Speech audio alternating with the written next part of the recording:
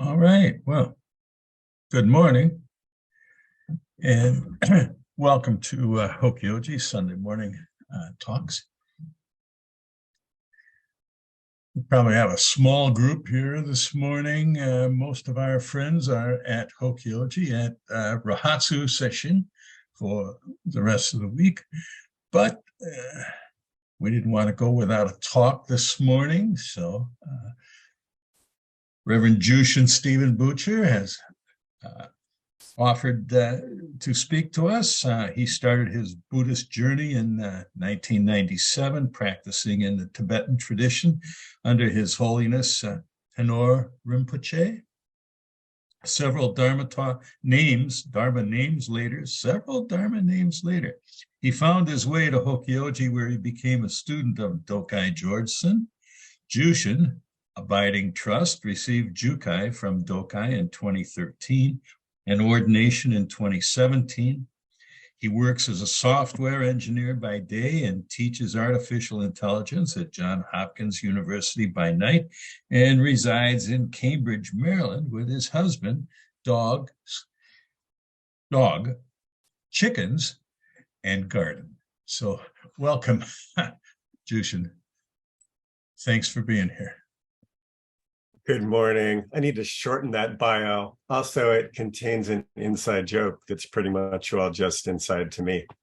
In the Tibetan tradition, it's very common to give new dharma names. So that's why the joke is like, you get a lot of dharma names along the way. Good morning, everyone. It's good to see you. I'm glad some people showed up. I wasn't sure. So our friends are in Rahatsu starting this week, and they're taking up the theme, you are the body of the Buddha. And I have no idea what Myo-o and Kyoku mean by that. They're having a day of silence today. I don't think their first Dharma talk is not until maybe tomorrow or Tuesday. So I'm going to make up what I think it might mean in sort of a, I don't know, maybe it's a pun sort of way rather than a Zen sort of way. So I want to start, since we are sort of celebrating Rahatsu throughout this week, I'm going to take a somewhat idiosyncratic journey through some suttas. And we'll see where we get on the other. And I know a lot of the time people are sort of a little, there's always like embarrassing disclaimers about the sutras, specifically the Nikayas.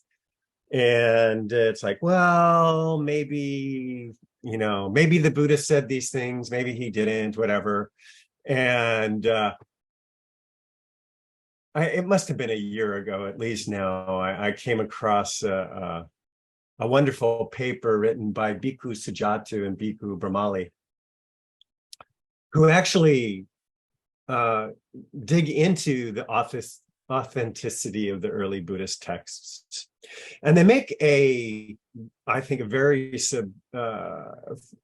substantial case for why they're at least in the the teachings of the Buddha, and that they come from at least, the first generations of students.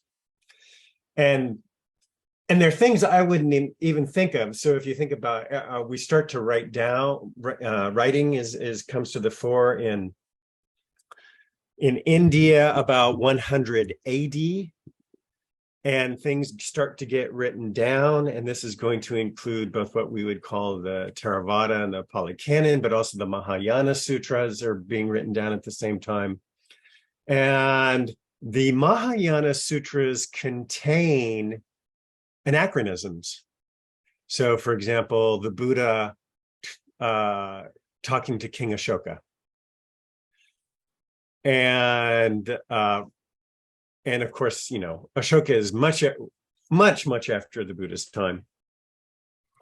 And the Pali Canon, the Nikaya specifically, do not contain such anachronisms. And in fact, they go into really great detail, like writing is mentioned in some of the Mahayana sutras, but none of the Pali Canon, like nobody mentions writing. Nobody mentions anything that's beyond what people would have known at that time. And the interesting thing in that regard is that after the Buddha's death, the political landscape of that part of India changed drastically. And in fact, it's the beginning of what would become Ashoka's dynasty. So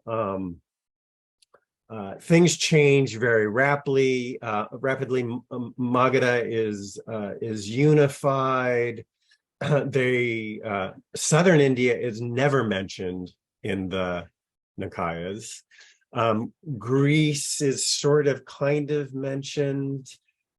It's all these things they go into that, leave it, to me at least, a lot of, I think, evidence that these things were composed. They also talk about the oral traditions in India, that the Rig Veda and many of the other things, like, they had it down. It was a pre-writing society and they had memorization down. And there have been studies of there would be splits not in the Buddhist tradition, but in other traditions of text. There would be splits, and the text would be recited. And 500 years later, there were very, very few changes. So when you can't write, it appears that you develop a system of memorizing things. And the other interesting thing to me that I think is always nice to sort of sit these discussions in, and this comes largely out of Stephen Batchelor's book, Confessions of a Buddhist Atheist.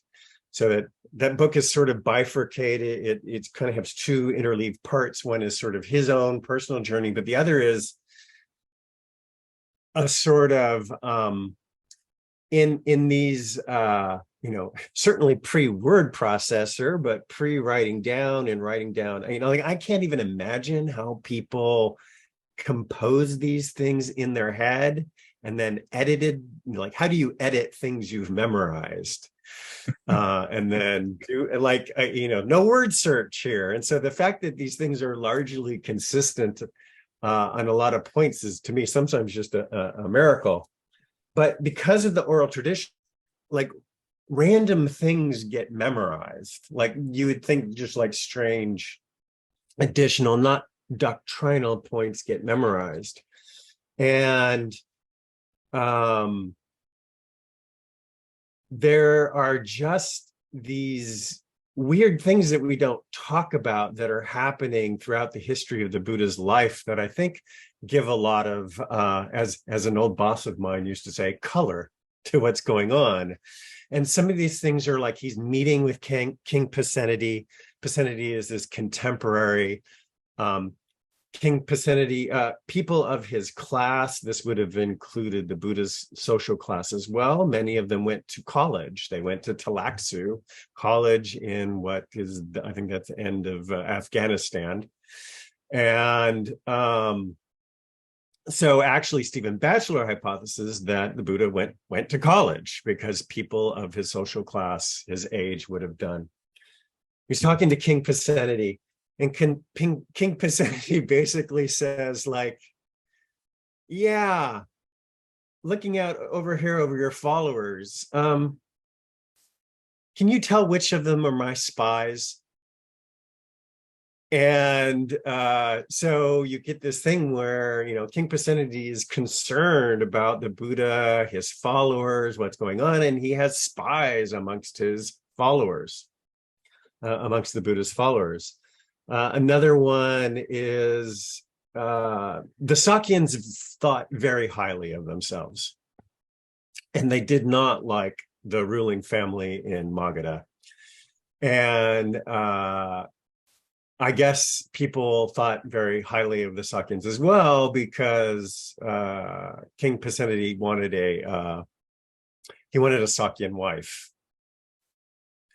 So he asked for a wife. And so, oh, so much trouble. They passed off a slave servant as a Sakyan noblewoman and married her off to the king. And when the son was born, he said, why don't I ever get to visit my mother's parents? And so finally they're like, okay, you can go visit. And they went to visit, and then they were leaving. And of course, the Sakyans now think that, the woman and the son are unclean.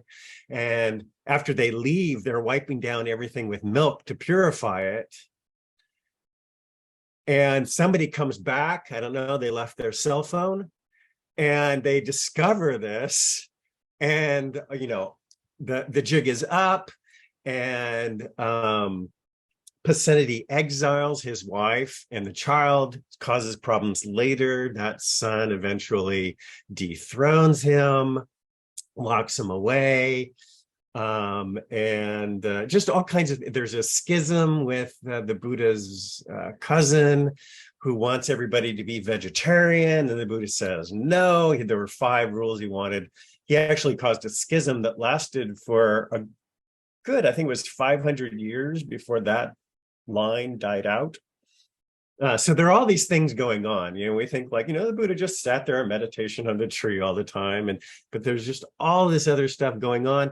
There was a murder in the Sangha, and he was accused of it, or at least being part of it. And so all these just random things are in the Nikayas.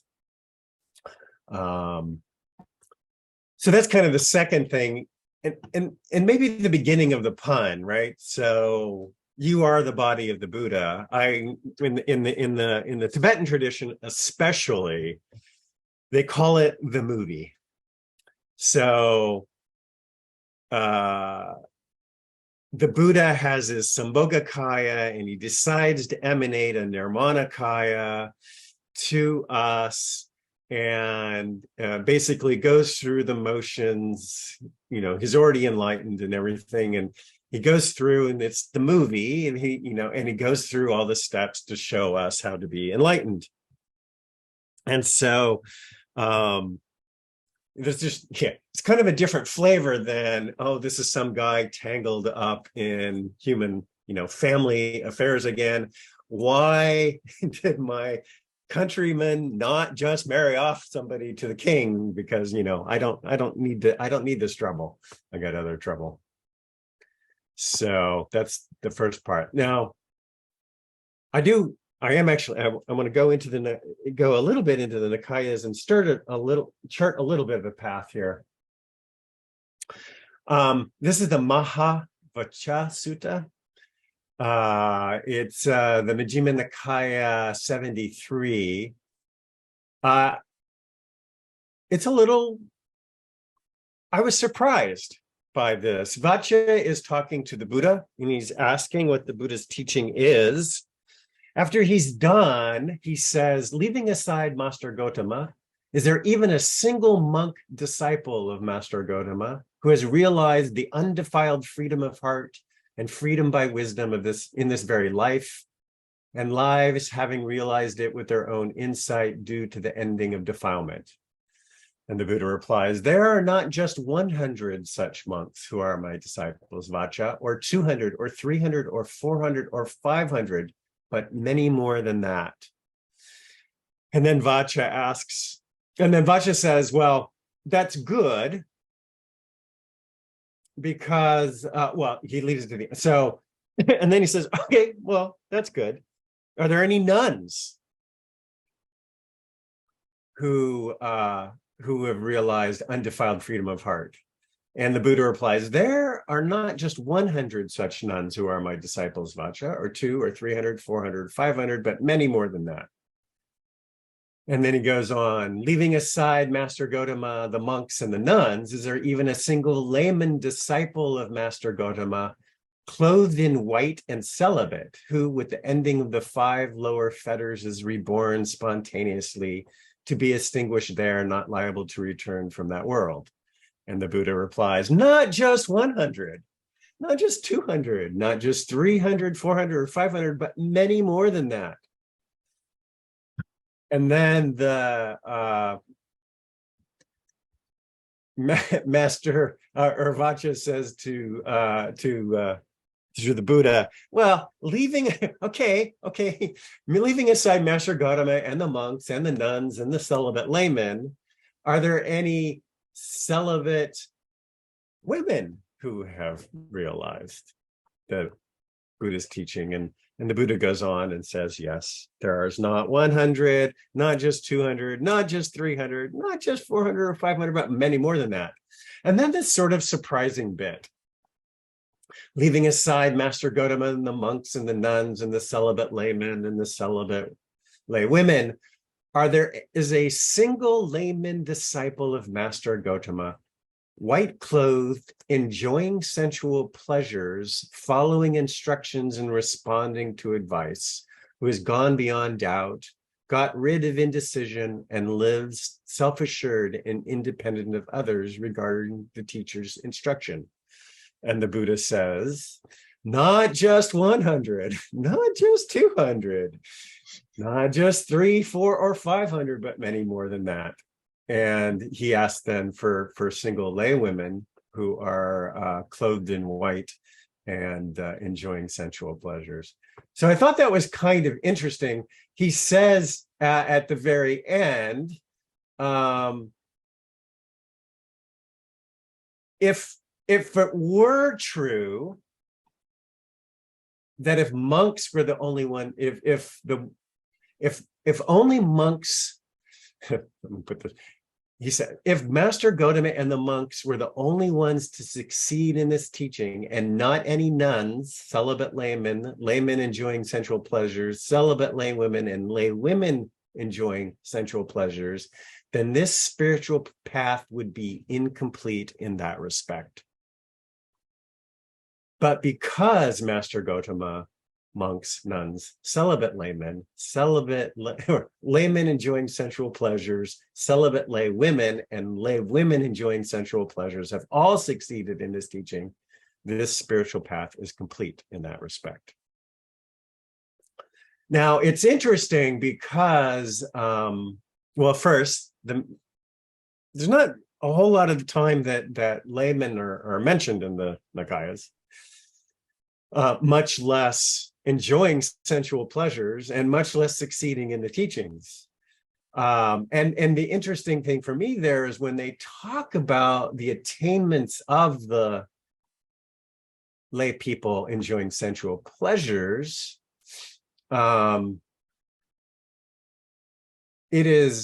they have gone beyond doubt, got rid of indecision, and lived lives self-assured and independent of others regarding the teaching's instruction, which is more or less the description of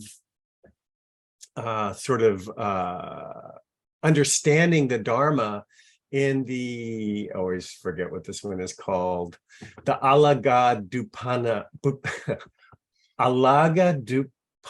Sutta, the water snake simile and the raft, the simile of the raft are in this sutra.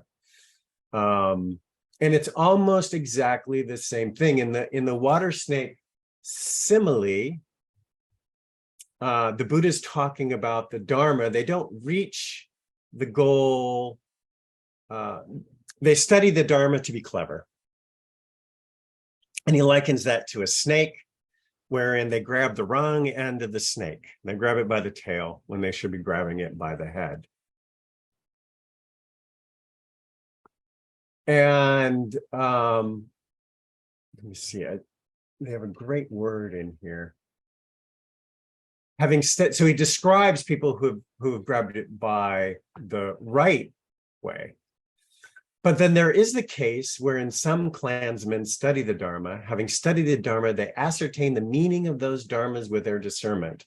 Having ascertained the meaning of the Dharmas with their discernment, they come to agreement through pondering.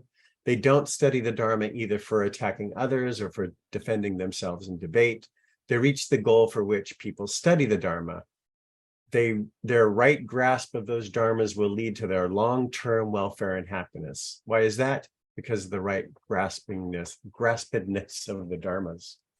And then, of course, in the simile of the raft, the dharma is likened to the raft that gets you over the river. And once you're over the river, you don't need the raft anymore. And so the Buddha likens that, and that is the exact language in terms of him saying that they are beyond indecision, self-assured, and independent of others in the teacher's instruction. So that's the part of sort of where I wanted to start, and I got a little bit behind. In terms of the practicality and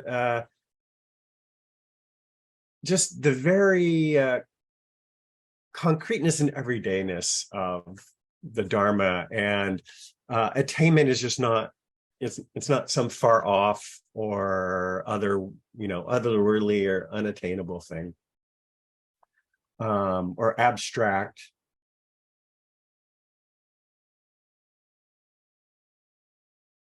I think and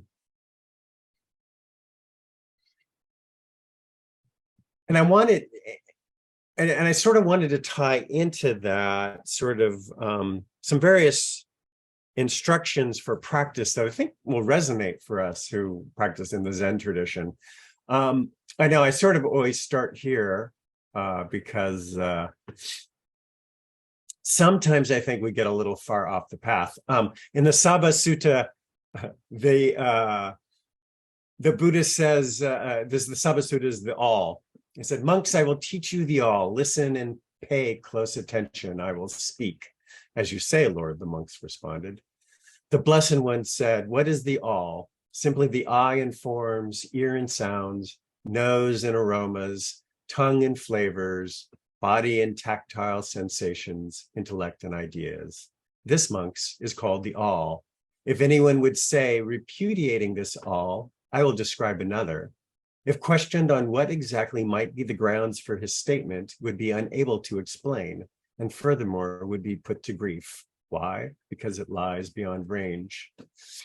It has sort of been commented on by some that as the Buddhist teachings moved from India into China, there was a slight philosophical issue, slight, small one, where in India, the teachings were seen more as epistemology, certain more existential. And when they went into China, they were taken more as ontological. So rather than necessarily being limited to experience, they were taken to be a description of how things are. And then you get into all kinds of problems with what the mind-only school really did or didn't say, Yogacara. So we often take the Yogacara and mind-only is that sometimes it goes off into this, well, there's only mind. And that can be an ontological statement or epistemological. It's like, no. It's like, you're limited to experience. You're limited. So you can only, you're going to only fix experience. Like, so it's not going to come from outside you. It's like the only thing we have to work with is, our mind, our experience. So having said what the all is, it's funny in the Paha Naya Sutta, to be abandoned, the Buddha says, the Blessed One said, "Monks, I will teach you the all as phenomena to be abandoned. Listen and pay close attention. I will speak." "As you say, Lord," the monks responded. The Blessed One said, "And which all is a phenomenon to be abandoned? The I is to be abandoned. Forms are to be abandoned. Consciousness at the I is to be abandoned. Contact at the I is to be abandoned. And whatever there is that arises in dependence or contact at the I, experienced as pleasure, pain, or neither pleasure nor pain, that too is to be abandoned. And so on with, of course, the ear, nose, eye, tongue, intellect. This is called the all as a phenomenon to be abandoned. So that puts us in a pickle because in the one sutra, the Buddha says that's all there is.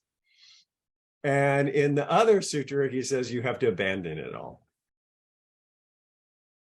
But I think there's a way out of it. And there's an interesting, and I just sort of ran across this one, the Kalaka Sutra. The Buddha's, he's talking in Indian philosophy. We have dilemmas in our culture. It's something is or isn't the case. I should do this or I should do that. In India, they had tetralemmas, so they always had four problems. Is it the case? Is it not the case? Is it both the case and not the case? Is it neither the case nor the case, nor not the case? So they allow more options, and you see this in the Nikayas a lot. So the Buddha says, on one occasion, the Blessed One was staying near Saketa in Kalaka's park. There he addressed the monks. Monks. Yes, Lord, the monks responded to him. The Blessed One said, monks, whatever in this world with its devas, maras, brahmas, in this generation with its contemplatives and brahmins, its rulers and common folk, is seen, heard, sensed, cognized, attained, sought after, pondered by the intellect, that do I know. Whatever in this world with its devas, maras, brahmas, in this generation with its contemplatives and brahmins, its rulers and common folk, is seen, heard, sensed, cognized, attained, sought after, pondered by the intellect, that I directly know. That has been realized by the Tathagata. But in the Tathagata, it has not been established. So that's a little curious. It's realized, but hasn't been established. So he goes on, and this is where the tetralemma comes in. I'm not going to do all the tetralemmas. If I were to say, I don't know whatever in this world is seen, heard, cognized, pondered by the intellect, that would be a falsehood in me. And he goes on, both know and don't know, neither know and don't know. Then it continues, thus, monks, the Tathagata, when seeing what is to be seen, doesn't suppose an object is seen. He doesn't suppose an unseen. He doesn't suppose an object to be seen. He doesn't suppose a seer. So it's kind of,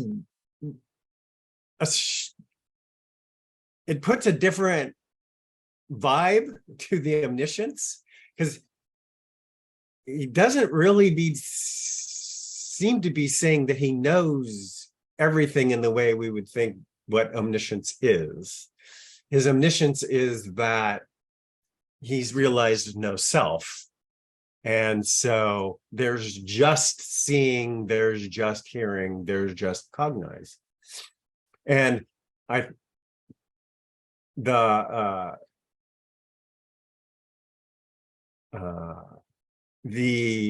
payoff for us, I think, is sort of in the next one. When cognizing what is to be to cognize, he doesn't suppose an object is cognized. He doesn't suppose an uncognized. He doesn't suppose an object to be cognized. He doesn't suppose a cognizer. Thus, monks, the Tathagata being the same with regard to all phenomena that can be seen, heard, sensed, or cognized, is such. I tell you, there is no other such, higher, or more sublime. And then there's actually a poem. Whatever is seen or heard or sensed and fastened onto is true by others. One who is such among the self-fettered would not further claim to be true or false. Having seen well in advance that arrow where generations are fastened and hung, I know, I see, that's just how it is. There's nothing of the Tathagata fastened. So we talk about suchness in Zen all the time, and there seems to be a distant echo here of it. There's more if you look. So this is so I talked about the Vachagata Sutta. This is the Mahavachagata Sutta, and in it again there's this discussion going on, which is happens a lot in the Nikayas of, is the cosmos eternal? Is the cosmos going to end? All between these gates of eternalism and nihilism. And the Buddha says to Vacha, the members of other sects assume form to be a self. The self is possessing form, or form is being in the self, or the self as form. They assume feeling to be the self, perception to be the self. They assume fabrications to be the self. They assume consciousness to be the self, or the self is possessing consciousness, or consciousness as in the self, or the self as in consciousness. That is why when asked this way, they answer that the cosmos is eternal, or that the Tathagata neither exists or does not exist after death. But the Tathagata, worthy and rightly self-awakened, does not assume form to be the self, or the self is possessing form, or as form as in the self, or as the self is in form.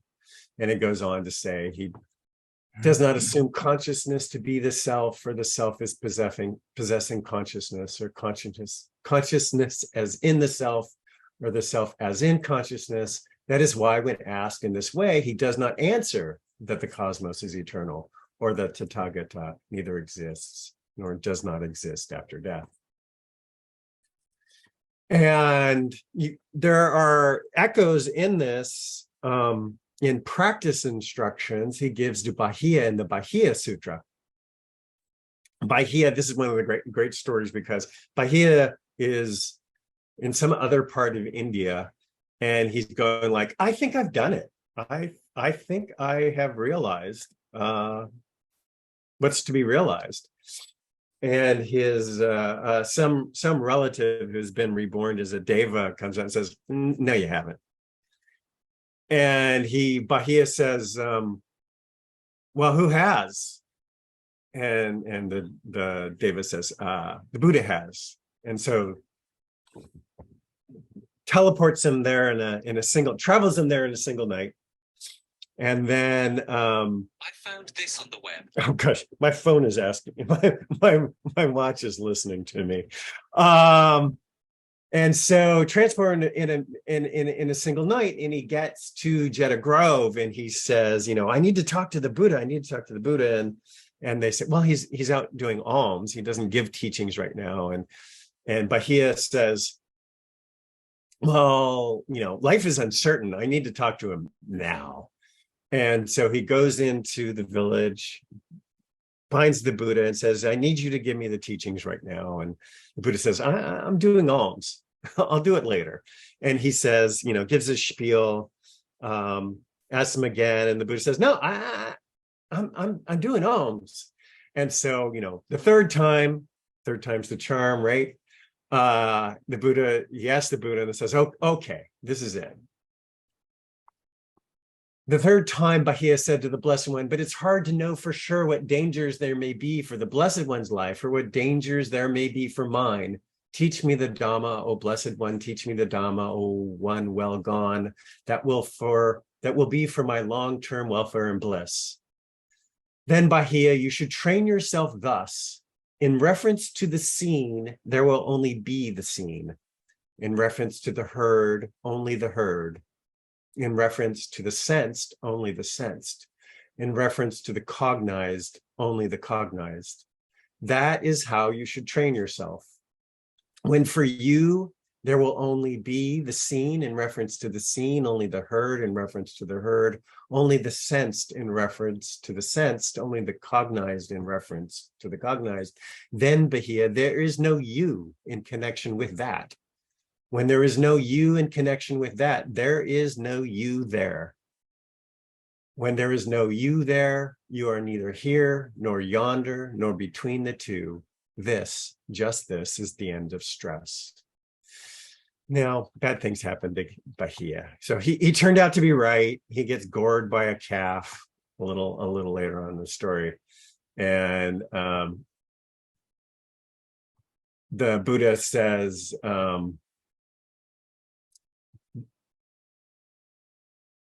they ask him what Bahia's future state is, and the Buddha says, monks, Bahia of the bark cloth was wise.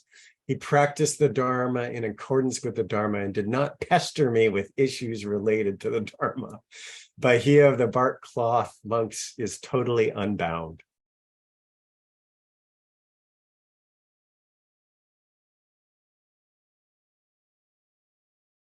So I think that it's sort of interesting then as practice instructions come to us about sort of how these sort of things sort of fit together.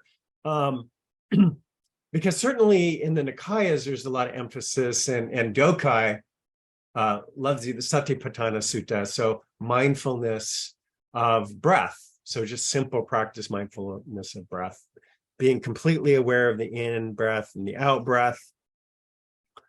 I certainly, and so I can see where that sort of leads to that, is, as you become focused, but then also relaxed into focus of your breathing, how then you lose the you there. And it's also in the Anapanasati Sutra. I always forget the second syllable. But I want to, so that's it. And then also, I think it's interesting. So even in our instructions for Zazen have it, in the Zen tradition, there can be levels, counting breaths. But then you go fully on to the instructions with Dogen. Thinking, not thinking, certainly has echoes of what the Buddha is talking about in the Bahia Sutra. And there's actually a Taiwanese, well, his teacher, Sheng Yun Yu, was a Taiwanese Rinzai and Soto master teacher. And it's Guagu. I don't know if you've heard of him. He's in Tallahassee at the Tallahassee Zen Center. And he's he gives interesting Zazen instructions where it's a little bit more, there's a little bit more of a framework. He did it in the early days. He's actually said he's kind of getting away from it, but it's more of an explicit settling down to physicality. He talks about doing a quick body scan, that, the importance of relaxation for doing Zazen. And then you start off by just being really grounded in your sitting, just thinking, being fully aware of you are sitting there. And then starting with the breath, but moving more to a awareness of just what's going on inside. So that's kind of our inner perception, which we tend to be very aware of. And then outer, and then letting go of that distinction and realizing that it really is just that all one. I wanted to sort of close here. I ran a little over with the first part of the Mahavacha Sutta. So I talked about the first part where Vacha's asking, like, has anybody realized this teaching besides you? Like, has anyone successfully done this except you? So, but I didn't say what he said that teaching was at that point.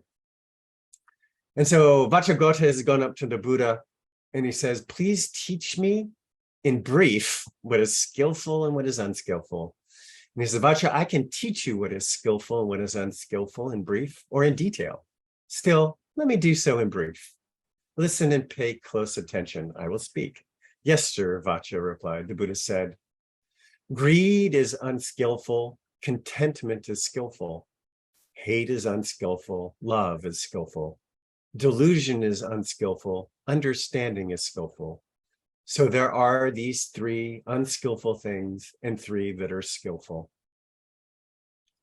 And it's very much the Eightfold Path.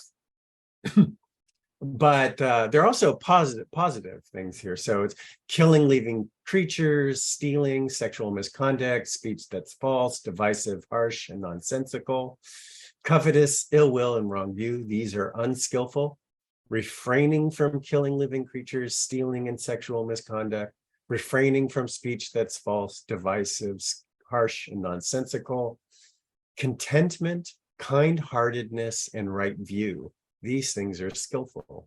So these are the 10 unskillful things and the 10 that are skillful. So I'm going to stop there and see if there's anyone, any comments, questions?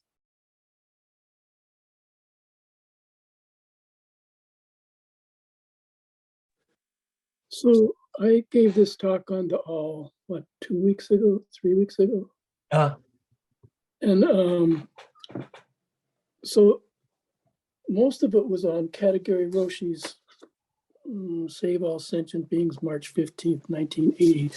And so he flips the whole thing with, exactly the idea of paying attention just to the senses, what's in your immediate vicinity, not making the distinction between inside and outside. And then he flips the whole thing in this whole second part of the talk, says that's not enough. Mm-hmm. That's not enough, which is exactly what the point that you brought up is the Buddha says these are things to be dropped. And then talks about you need to go to the core. And then he talks about various ways of getting to the core. And of course, impermanence is part of the core. The no self is part of the core.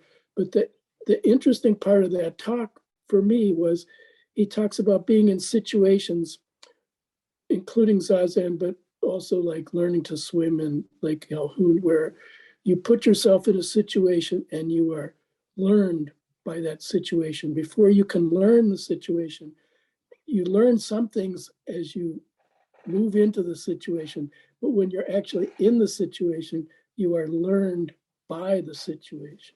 So you open yourself up, remove the conceptual framework, I would think, and then actually accept the experience. And so there's not a lot of you in there when you're in that relationship with a given situation, like cooking, like swimming, like Zazen. You're being learned by that situation if you can kind of let go of your own ideas about it. Right, getting out of your own way. Well, it's hard because not all of those situations are cooking or swimming. Like some of them are losing your job or losing loved ones, and I mean, and even just we always sort of go for the juggler, but there are sometimes it is death by 1,000 cuts, right? It's like, oh, my computer just crashed and my boss, those of us who still have bosses, my boss wants this done, or his boss, or like, I go, sometimes I'm sure they'll never see this, but I'm like, does the C-suite even know what their business is? like, what are they talking about? And that comes back again to control. And it's one of the aspects of the Stoics I really like, which is basically like, for them, well, it's interesting because they're coming about the same time span as Buddhism, and they have a lot of the same ideas, which is there's not one virtue that's better than any other any else that supports, and we have, at least in later development, wisdom and compassion. But they talk about like, look, what's in your control, what's not in your control. And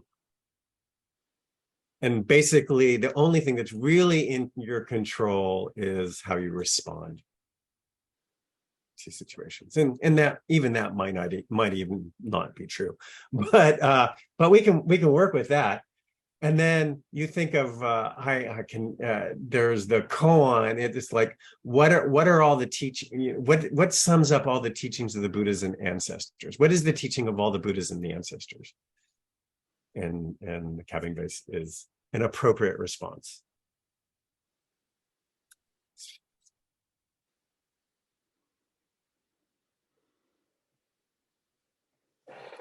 So I got the bivalent booster last week, and it really kicked my butt. And then I think I might be working against some kind of other infection at the same time, some kind of cold that's going around, which is why I'm not at Rahatsu.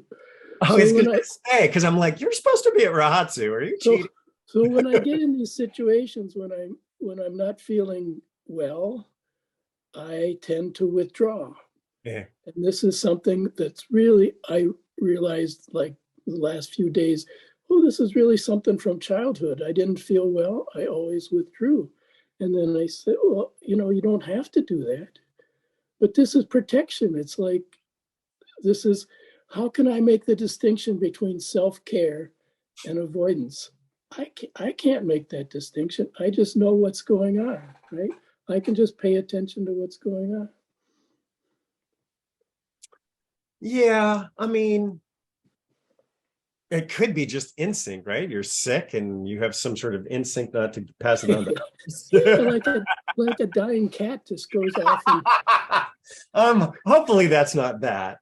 Hopefully it's not that version, but yeah. Sits under the stairs until it's dead, right? So yeah, but I mean, that's why, sometimes I think that, I certainly get the idea. So if you look at it, and I'm not saying this is what people were thinking, I'm not like, but if you sort of look at the hedonic treadmill and our dopamine cycle, it's like, it's easy to get caught up in things and more, and every time you get better, you sort of you adjust to that and you want more. And I mean, it's sort of built in, because that's what makes it so that you have a delicious meal and you will do the work to get a second one. But sort of in our current state of economic development, for us at least, a lot of the time that's not a problem. And the other one is sort of the balancing off the amygdala against the neofrontal cortex. And, they've shown with meditation, your amygdala shrinks, and the amygdala is the deep part of your fight and flight response. You have taste buds that are wired directly to it so that you will quickly spit out bad tasting things. And so I get the idea of like, we don't talk about a goal, because like if it becomes a goal, then you're literally sitting on the hedonic treadmill when you're doing zazen. But on the other hand, this is sort of why I like the first part of the Mahavacchagotta Sutta, things where they say it's like, yeah, it's like we're trying to dampen down greed, hate, and delusion. And that's in like the Four Assurances and the Kalama Sutra as well. It's like, yeah, there might be a heaven, but wouldn't it be nice to have less greed, hate, and delusion in this life? And it's like, yeah, there may not be a heaven or an afterlife, but wouldn't it be nice, like if there was less greed, hate, and delusion in this life? And yeah, there may be an afterlife, but in this life, wouldn't it be nice to have less greed, hate, and delusion? So, I mean, I understand the small game of not having goals, but like, I think if we as practitioners are just less greedy, hateful, and deluded day by day, we probably are winning.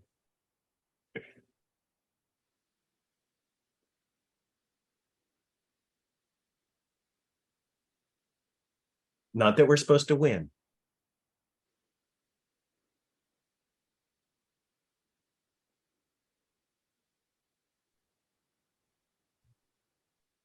Did you have any thoughts, Frank?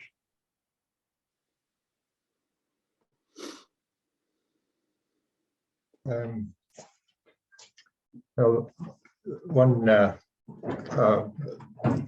the somewhere in the towards the end of your talk, I was reminded of a problem that we have with my discussion with my mother-in-law, who's in a assisted living situation. Her world's quite small. She doesn't have a big group of friends and doesn't have much activity and stuff. But so she falls into these slumps of, I'm sure, somewhat depression. But her description of when we ask her, you know, kind of what's the matter, she always says, there's no there. And so it's kind of like, well, that's quite a philosophical jump, but you know, we try to fess it out a little bit. And but this is it's a difficult thing, the suffering in life, and trying to figure out how to approach it. So that it is for sure. No, I've got my parents as well. And then, you know, I have fibromyalgia, so I wake up every morning in pain. It's like, now I've got a new nerve pain in my ankle. It wasn't there 2 weeks ago. And it's like, all right, great. Is this new progression? Is this, you know, it's like, I could like, but, you know, you just, my favorite one is, I guess it's Marcus Aurelius in the Meditations. And, you know, here's the emperor of Rome at its height, is one of the good 5 emperors. And he's writing in Meditations, which basically is his journal. Doesn't think anybody's ever going to read it. He's like, he's trying to like, why am I here laying underneath the covers trying to stay warm? I need to get up and do the work of a human being. And, you know, I think sometimes that's it. You know, it's like, we just have to get up, and suffering is part of it. And it's why it's certainly, you know, in Zen, like, what is it? Being happy without getting carried away by laughter, sad without being carried away by tears, sort of thing. It's like, you know, you just do it. You just plug along. I always like, I haven't completely formed a talk around it yet, but I always like Uchiyama Roshi's, his sort of spin on Bodhisattva is being an adult. Like, bodhisattvas are that what it means to be a bodhisattva is to be an adult, putting away toys, doing what has to be done. And it's actually in the Nikayas everywhere, where it's like they did what had to be done, they put the burden down. But it's hard because, like, you want to grasp to all of that, and I certainly see it in myself.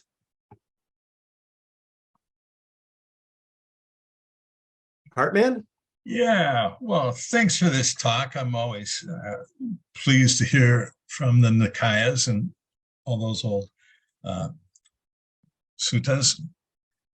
I would recommend Stephen Batchelor's After Buddhism as a more refined discussion of those early teachings and the life of the Buddha, and he found that in a Tibet, after the Confessions book, his take on the life of the Buddha was from the Nikayas. Yeah. So in After Buddhism, he came across this volume called The Life of the Buddha that was translated from a Tibetan source by an American diplomat who was assigned to Tibet in the 1890s. And he believes that this Tibetan source and the Nikaya source were the same, that they had a common source, which has been lost. Right. And so we don't have the precursor to the Nikayas, the Pali Canon, and we don't have the precursors to this, but he adds a lot more information in there. Once you take all the Tibetan magical language out of it, there is a lot of solid context there. And he uses that, and he also talks about the lay people in the major lay people that were in the Buddha's life that he had to deal with. King Pasenadi. There was, is it Jivaka the doctor? Yeah. Yeah, and there was a banker, and anyway, I found it quite interesting. But I think there are about 10 that he mentions. Yeah, and I think he goes over 5 or 6 of them. One of them is Mahanama, the Buddha's cousin, who took over the leadership of the Sakya clan because the Buddha left. So his cousin is the next guy up, and his cousin talks about his responsibilities. God, I got to go out and figure out when the planting is, the harvesting. It's just all of this stuff having to do with the commerce of the clan, and this is what the Buddha left behind. Anyway, I love the context and those basic early teachings. It's yeah, and that was kind of the spin I was trying to put on "You are the body of the Buddha." It's like, no, this isn't a highfalutin thing. This pertains to us here today. Yeah, and the early teachings they're pretty pragmatic. There's nothing mysterious about them. There's a lot of mystery in Zen, I think, but there isn't that much mystery. There's some in the Nikayas where the language gets funny, but most of it's pragmatic advice. Anyway, we have any other questions or comments?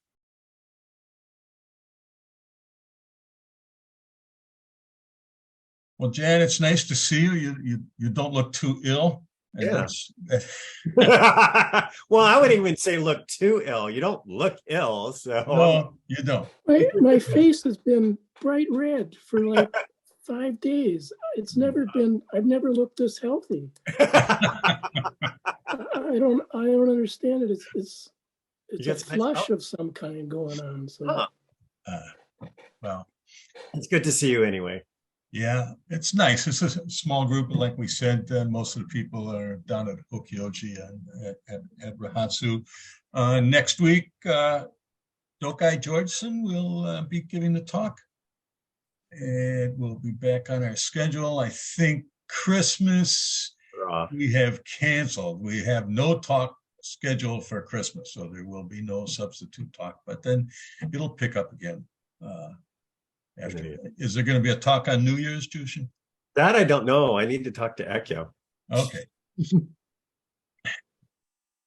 Anyway, there is a little link in the chat box there for a donation if you're so inclined, a little thing to help us on our way.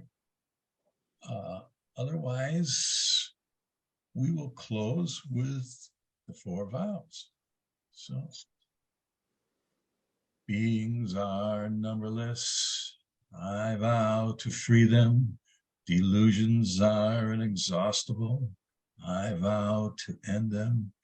Dharma gates are boundless. I vow to enter them. The Buddha way is unsurpassable. I vow to realize it.